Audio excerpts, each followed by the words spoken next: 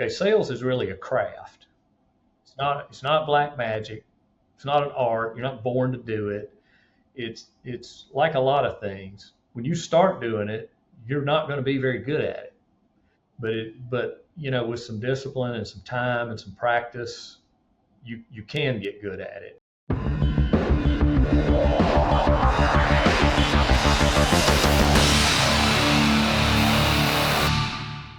This podcast is brought to you by Fast Slow Motion, a team of expert consultants that have helped hundreds of growing businesses build scalable systems on the HubSpot and Salesforce platforms. To learn more, visit fastslowmotion.com. Welcome to the Fast Slow Motion podcast, where we teach you how to build a business you love while enjoying your life. I'm your host, Sam Donaghy, and today I'm delighted to be joined by Barry Thomason. Barry is an exceptional sales advisor who works with founders and early stage growth companies. He's made a significant impact in the fields of sales and marketing throughout his career and currently holds the position of entrepreneur in residence at the new Venture Accelerator in the Harvard College of Business at Auburn University. And Barry is no stranger to us here at Fast Slow Motion because he played a pivotal role in helping to build the company for 8.5 years, and he's since retired in December 2022. So Barry, welcome to the podcast. It's great to have you here. Thank you, Sam. Really good to be back with the Fast Slow Motion team, and looking forward to the conversation today. Awesome. Hey, Barry, would you mind kicking us off by giving us a brief overview of your career and also how it's led you to becoming an expert advisor for founders and early stage growth businesses? Yeah, my career is pretty simple. I'm essentially a salesman. It's all I've ever been. I worked for 6 different companies over 38 years, all of them in the some form of the IT space, professional services, hardware, application software, large scale mainframe systems. I've done a little bit of all of it over those years. The common thread, though, is really 2 things: constant change, uncertainty, and chaos. But 6 of the companies I worked for were either startups or small growth businesses, and they're just chaotic by nature. Other company I worked for was a very large old company that was undergoing some dramatic change, and so it was a lot of chaos in that as well. And what I found along the way is that's actually what I like: chaotic or kind of squishy, undefined situation, and clean it up and get it kind of systematically working, and then I'm going to go on to the next place. That's probably why I've worked at 6 different places, and inside those 6 places probably had 12 or 15 different jobs, all sales related. But that's been that pretty much sums it up. Is I was always selling something, and usually it was pretty early stage or something new, a new product rollout or something like that. I'd love to find out, if you can share any key milestones or experiences that have shaped your expertise or understanding of sales. Yeah, when I started off, like a lot of people of my generation, so I started off in 1985, and I was working for a little company that sold. They were personal computer components, interface boards and peripherals and things like that. They were basically commodity type items. And I was given a telephone, a list of companies, and a product catalog, and told to go get some business. There's a lot of smiling and dialing, as they say. And you're just trying to get in front of people, let them know what you have and what it costs, and if you can deliver it, they might buy it. And there was a lot of that kind of repetition, and moved along into selling more complex type systems and solutions. I figured out that I needed to make myself relevant in the conversation to that prospect. And I needed to, if you're going to ask somebody to commit millions of dollars and a lot of time and take a lot of risk, I kind of figured out, hey, I gotta figure out ways to make myself a resource to my prospects and to be an asset and not an adversary. And many times, unfortunately, salespeople think that their prospects are their adversaries, and their prospects think that the sales rep is their adversary. And that's not the way it's supposed to work. It works like that all too often. Do you remember the early days of when you started out? Did you get training? I mean, did you have decent training early on? No. It was a small company. There were helpful people around, but I had to ask.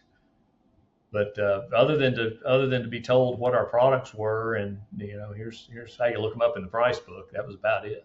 So why do you think that is something that goes on in sales organizations or sales divisions? There's a lack of training, and people just come in and they're expected to sort of sink or swim. Yeah, I think it's better now. Larger companies in particular do a better job. Small and more mid-sized companies, maybe not as much. What they'll do is try to hire somebody with some experience.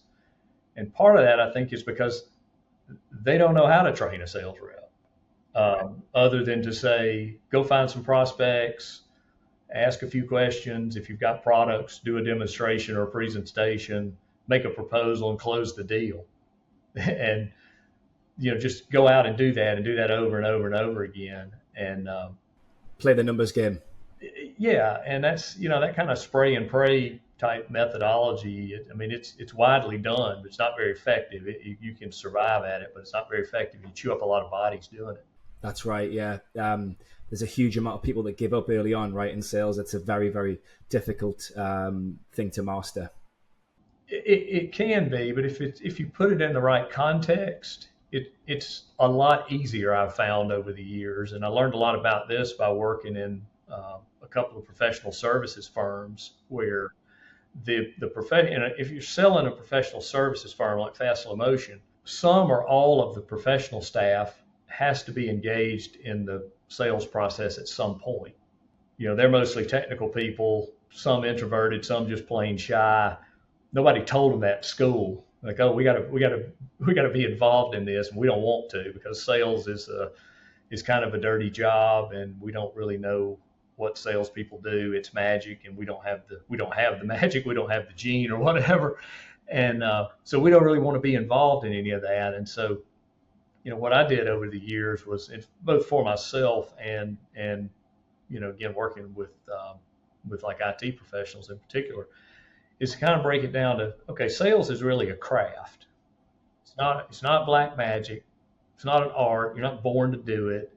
It's like a lot of things. When you start doing it, you're not going to be very good at it. But with some discipline and some time and some practice, you can get good at it. And so what I did is kind of made a little framework of sales is really a service. It's a service job, right? If you think about retail sales, if somebody walks into a retail shop and the little bell rings at the door, the sales staff will look up and say, "May I help you?" Right? That's what sales is. The person walking in the door, because they're walking in, they're indicating maybe they're a buyer, and your job as the seller is to help the buyer. And so I found by using that context of, okay, your job is not to manipulate your prospect and pull some kind of fast one on them or get them to do something they shouldn't do. Your job is to help them. They're trying to evaluate an idea, solve a problem, figure out, what or how to do something. And your job is to kind of help them through their process. Because what I learned over the years is, whether you believe it or not, you might be doing all this sales stuff over here. The buyer's doing a lot of buying stuff over here, and they're going to do their stuff with or without you. So you need to get on board with them and serve them, and then the deal will move along. And then and when you do that, like in a Fast Slow Motion context, and you're bringing in the professional staff, when they're looking at it that way, they're like, okay, this is not dirty. We're not here to pull something off on our prospect. We're here to help this person. And sometimes we help them by saying, you know what, we can't help you. We're not the right provider. You need to try something else, or maybe you maybe need to not do what you're contemplating doing, even though that's going to cost us money because you're not ready to do it. That's the job, is to, if you help the buyer, you'll make sales. Yeah, and I think that a lot of sales organizations, you do get tarred with that bad brush, right? Because not all sales organizations are created equal, right? You mentioned that some organizations are happy to lose the sale because they're serving the customer, whereas there are some sales reps out there that have been told you don't lose the sale, right? You get the sale by any means, and I think that's maybe where the negative spin on sales folks comes into play. Yeah, when you tell somebody your life depends on going to close a deal and you don't really give them anything else to work with but that, humans have built-in survival instincts. They'll go out there and survive, and they'll drag a bunch of deals into your company that you couldn't afford to have. And those kind of organizations, they may have good numbers on top line, but they got a lot of dissatisfied staff. They got a lot of unhappy customers. It's, to me, it's like the very first time a prospective customer interacts with a business is usually through the sales team.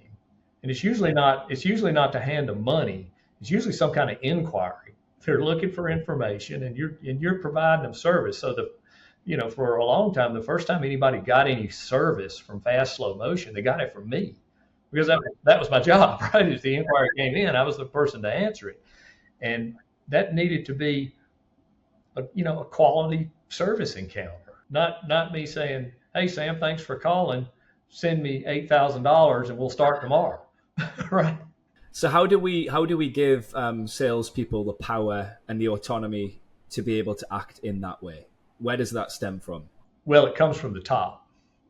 Obviously, it comes from the top, and part of that is when you go to set up your sales team, it's like, okay, first thing is, for our sales team, we expect you to be a service provider and recruit to that. Yeah, you want people that are motivated and self-starters and all those other things. You've recruited salespeople, you know kind of the profile, right? But it's how do you want to apply that? And so you set the context from the outset of you as a seller here. You're going to close deals, but you'll close deals because you helped our buyers. And so you got to roll from the top down with that. And it's got to, and part of that has to be, part of your job is to protect this business, our business, from deals that we don't need to be in. I remember our chief of growth, Eric Hush, mentioning that our sales reps typically sleep well at night, right? Because we're actually doing a service for our customers, and we get on with our customers because they genuinely like us. I think that's a good spot to be in from a sales perspective.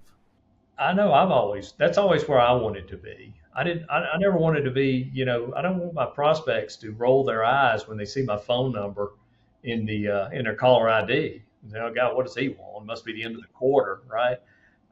Again, I wanted to be a resource. I want them to want to pick up the phone because, hey, this guy helps. Barry, I can see why businesses tend to go for the typical candidate that you might look for in a sales role. Somebody that's really confident, they're extroverted, they've got a natural gift for making conversation, and they sort of project that assertiveness that you generally need to be successful. But why is this potentially a mistake, in your opinion, to hire to that sort of profile? That is probably part of the profile you need. It's just not all of it, right? You want to add that service component. There used to be a company, and I won't name them. They've been bought out. Oh, they're very, very large. They were like a Fortune 500 IT company, and they only hired ex-college athletes because they wanted the hyper-competitive, win at all cost. That was their sales culture, and it worked for them. But again, I want people that are going to get out of bed in the morning and go to work. And I don't want to use the spurs. I want to use the reins on occasion, but I want it used in the right way. And that way is okay. Let's help our prospects get where they need to be. So you mentioned the reins, right, as opposed to the spurs. What are the reins? Are those the processes, the sales processes, and the systems that you build on the sales team? Yeah, that's a good way to look at it. Is that you got to have some ways to just have some checks and balances on. I want you to get out there and get after it, but don't get ahead of your blocking. So like in a fast slow motion context, even though we used to do things and probably still do like CRM quick starts that are well defined, kind of prepackaged services. You wouldn't want me to go out sign a contract for one of those without having done some discovery with the prospect, right?